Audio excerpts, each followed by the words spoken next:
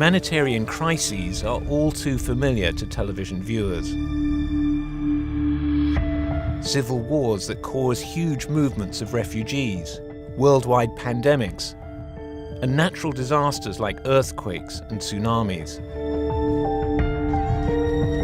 This is the way most of us are used to seeing these heart-wrenching events, on a screen in front of us, watching passively.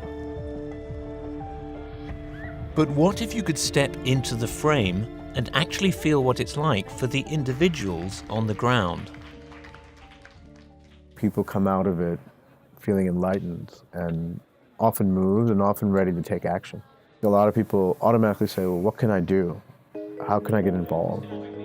Garbo Aurora is leading a team at the United Nations who are using cutting-edge technology to raise awareness, empathy, and funds, both to respond to humanitarian crises and to bolster support for a new set of sustainable development goals around the globe.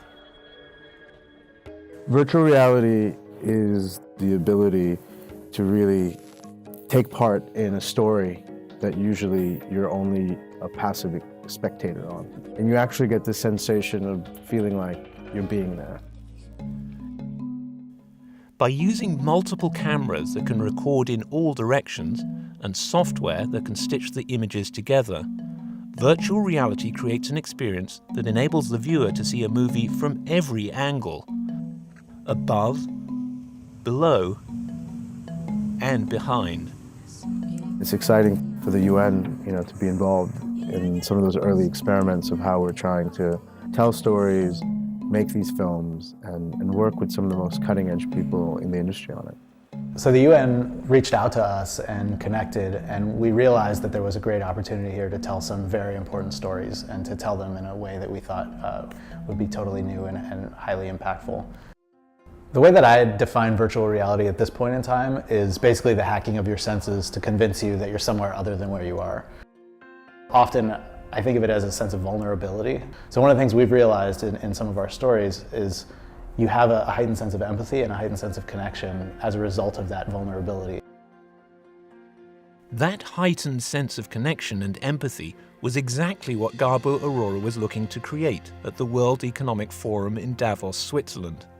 Not only to inspire leaders to take action, but also to influence donors to increase funding for disaster response efforts. I'd started experimenting with using innovative ways of advocacy, and I started talking to a lot of different partners and people. What could we do that would be incredible?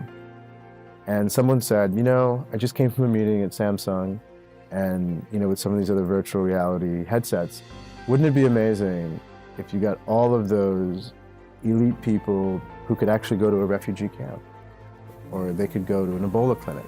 I just really felt it would get our issues highlighted. In addition to the screenings at Davos, virtual reality portals have been set up to view the films at high-level political forums around the world.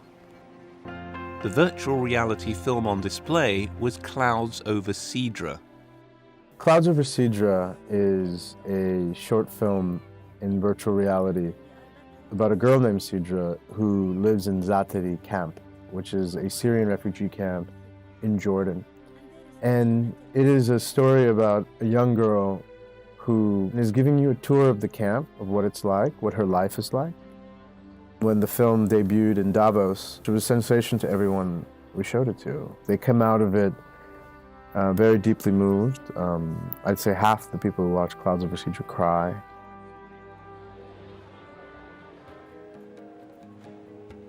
And then we cut a version for UNICEF where it's face-to-face fundraisers. The way they do that is usually someone with a clipboard on the street in Europe or in different countries. So they thought, well, what if we got people to experience virtual reality on the street? Quite sad. They don't have the good environment to stay. We try our best to help them. Early reporting from UNICEF has shown that when using virtual reality, they've doubled the effectiveness of their fundraising efforts.